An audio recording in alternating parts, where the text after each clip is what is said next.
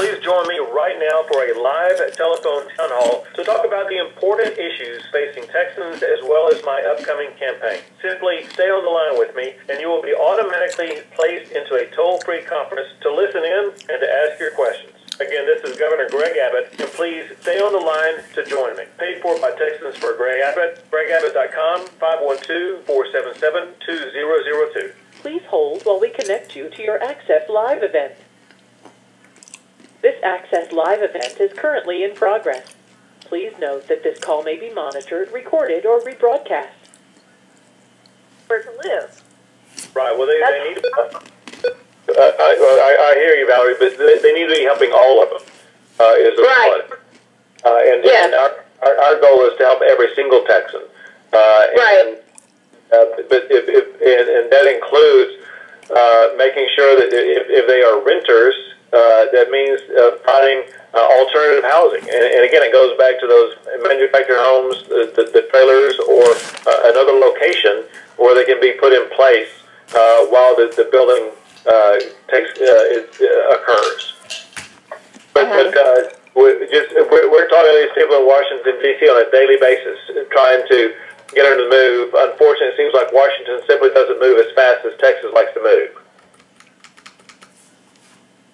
All right, thank you, Governor, and thank you, Valerie, for your question. Let's go ahead with our next question. Linnell is from Kingwood. Linnell has a question about the Confederate monuments. Go ahead with your question for the Governor, Linnell.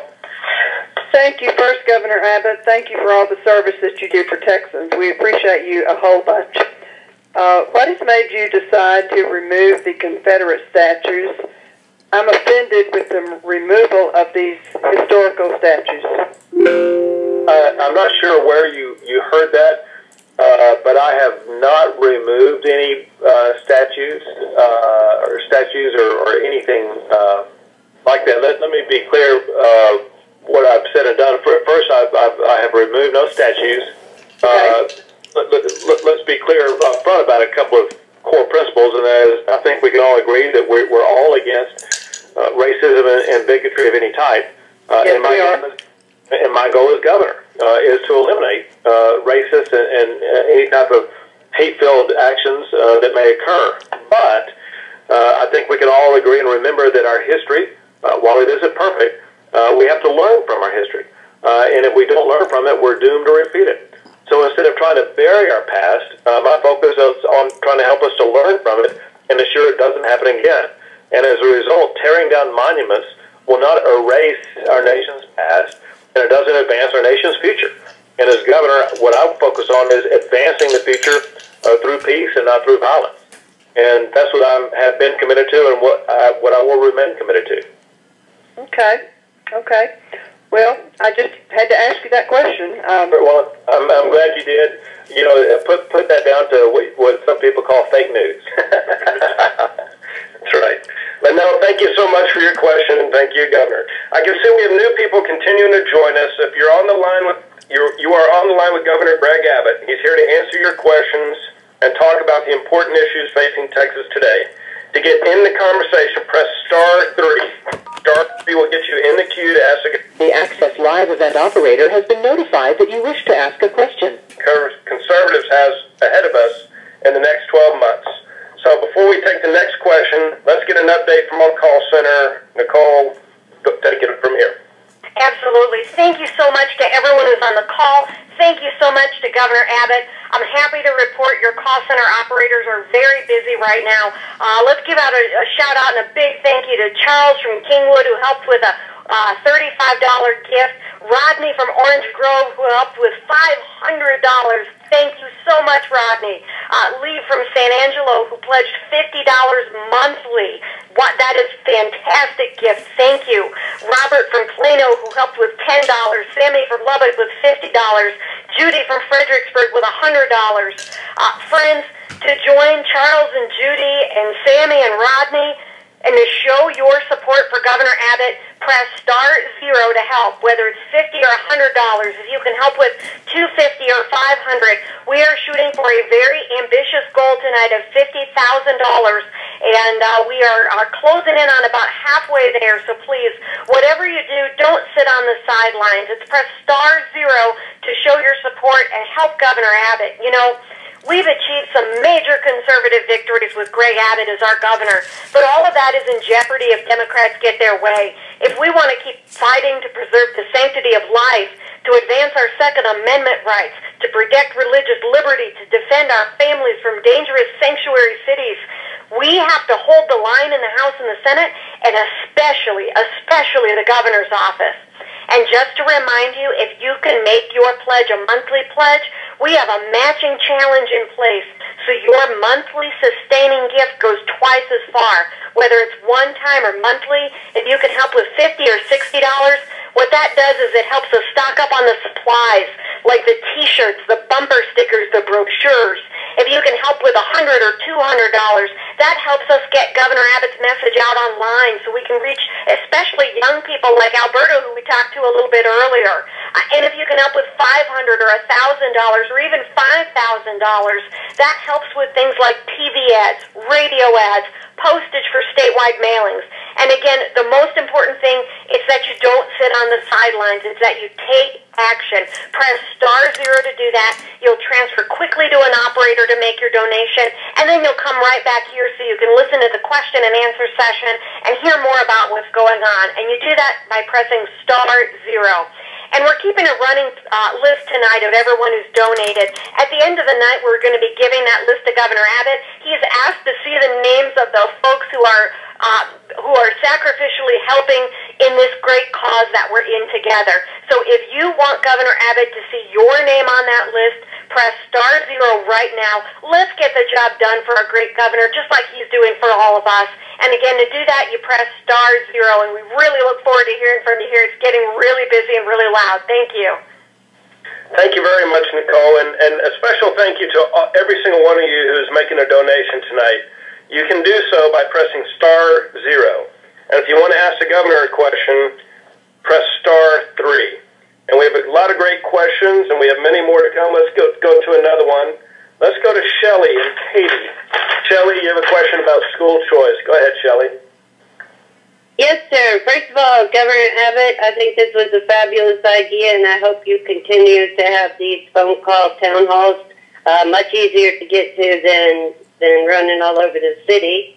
I am very interested in school choice and school vouchers. Well, Katie, first, thank you. Listen, I want to thank Nicole. I got a quick glimpse of the sheet. I got to tell you, seeing these names on here means so much to me. I'm very, very grateful and thankful to you so very much. But Shelley, how are you doing? And hopefully, were you affected by the flood over there in Katy? No, I was flooded into the neighborhood, but it did not make it into the house. I am definitely looking into flood insurance at this point because who knows what the next storm will bring.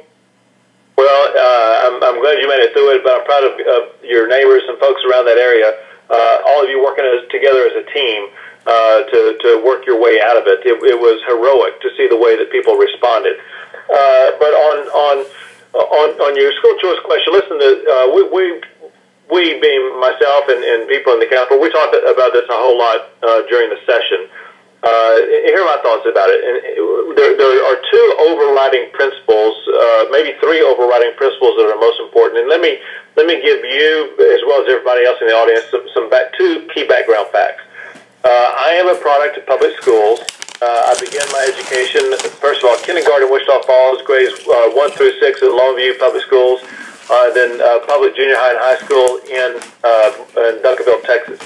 My wife of 36 years is a former teacher and principal, so I've seen from the inside what it means to be an educator in this state and how much time it takes. But I understand this also, and that is when it comes to education, one size does not fit all. And the state has to understand that that a one-size-fits-all approach simply is not going to work for all our students. I was talking to a dad of 3 different daughters in Lubbock, Texas, and he said one daughter went to public school, one daughter was homeschooled, one daughter went to a private school. And he said, you know what? For each of them, the pathway they took was the right pathway for them. And that was a lesson that I think probably is similar to what a lot of families deal with, if not most families, and that is even within one family, their children will require different needs. And then the second principle is that who knows best about what is right for a child's education? Is it some bureaucrat leader in Austin, Texas, or is it the parent of the child? I think it's the parent of the child who cares more and knows best about their child's unique needs. The third principle is the value that our teachers and principals add, and that we must focus on our teachers and principals to ensure they have the tools and resources to make sure our kids are educated. So put all 3 of those together. We have to do a better job of funding our public schools and our teachers to make sure that more dollars are sent to the classroom so that our kids are better educated. But we also must provide our parents with the tools they need to choose the type of education that is best for their child. If we can do both of those things together, I can assure you we're going to have a far better educated Texas with parents, students, and educators all happier. And my goal is to achieve all of those goals. So thank you so very much. Thank you, Shelley. Thank you, Shelley, very much for your call. Let's go right back to another call. Mickey, you have a question about the Alamo. Go ahead, Mickey, with your question.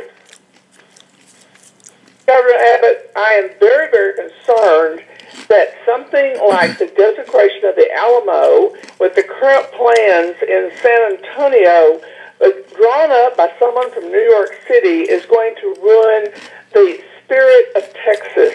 I visited the Texas State Historical Museum yesterday in Austin and was absolutely overjoyed. And when I look at the liberals in San Antonio and what their plans are for the Alamo, I am terrified. I really would like to see you work with Commissioner Bush and make sure that people in Texas and in the United States and in the world realize that what is important about the Alamo, it was a group of men who were willing to die for their beliefs. Nobody gives a royal rip about what happened 400 years before. Somebody dug some ditches and had an irrigation system. Don't let them destroy our Alamo. And I believe that is a major problem. And also, it could become a rallying point that would really hurt us Republicans here in Texas. People love the Alamo. People love being a Texan. And I hate to see that diluted or possibly negated with the new plans for the Alamo. I think we're very vulnerable there, and we have to make sure that as Republicans we protect Texas.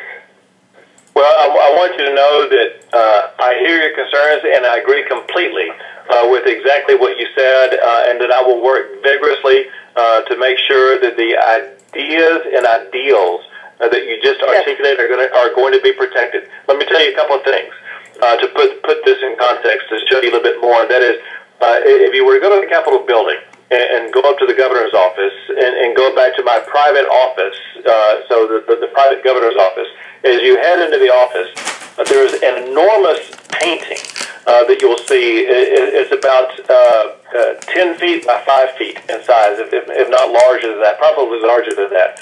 And that is a painting of the wall at the Battle of the Alamo, so that I'm reminded every single day that I'm in the Capitol about what it is that was fought for from the very beginning, the struggle and the death for independence of Texas. In the governor's mansion, the mansion that you all have put me into where I live, when you go in the front door of the governor's mansion, the first painting that you come to is of similar size, and it's a similar setting. It's an enormous painting of the Battle of the Alamo and the wall at the Battle of the Alamo, once again demonstrating the sacrifice that the earliest Texans made to fight for our freedom and our independence. It is, as a a native Texan myself, I know what it means to be a Texan. I know what the Battle of the Alamo means, not just to Texas, but to the entire world. I know what the William B. Travis letter means. I know what it means to ensure that we will stand and fight for our values and principles, even if it means to our death, to ensure that the brand of independence the Texans have always enjoyed, the brand of independence that has elevated the state of Texas to be the premier state in the United States of America. And I will not back off or back down from ensuring that our state treasurer, the Alamo, is going to send the clarion message that is intended to send, and that is sacred ground that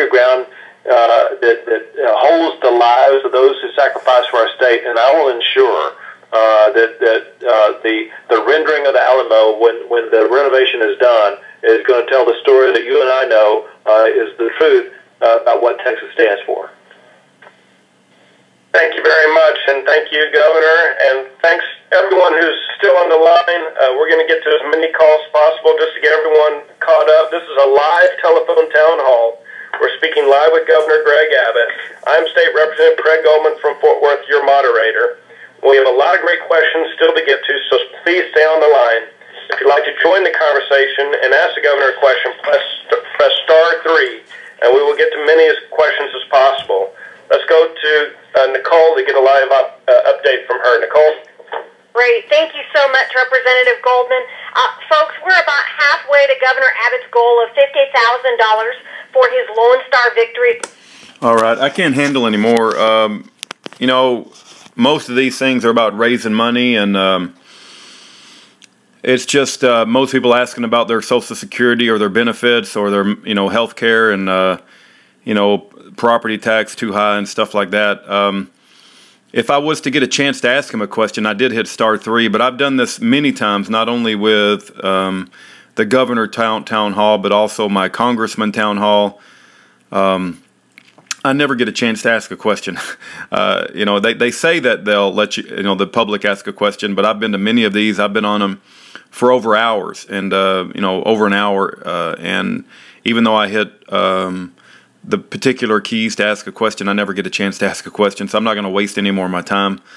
But if I did get a chance to ask him a question, I would have asked him, he talks about the Alamo. I would have asked him, has he read Davy Crockett's, who died at the Alamo, by the way. I would have asked him, has he read Davy Crockett's article, It's Not Yours to Give, and what does he feel about that? And then I would have also asked him, what does he feel about the United States of America having political prisoners all throughout our prison industrial complex that are innocent of the charges, and what's he doing to free those innocent political prisoners? But, of course, I'm not going to waste hours of my time on the call because I've already done that. I've done that many times, and I can tell you that I never get a chance to ask a question. But anyway, hope you enjoyed the questions, and onward, Christian soldiers. The last line of peaceful defense between a tyrannical government and the defendant is jury nullification.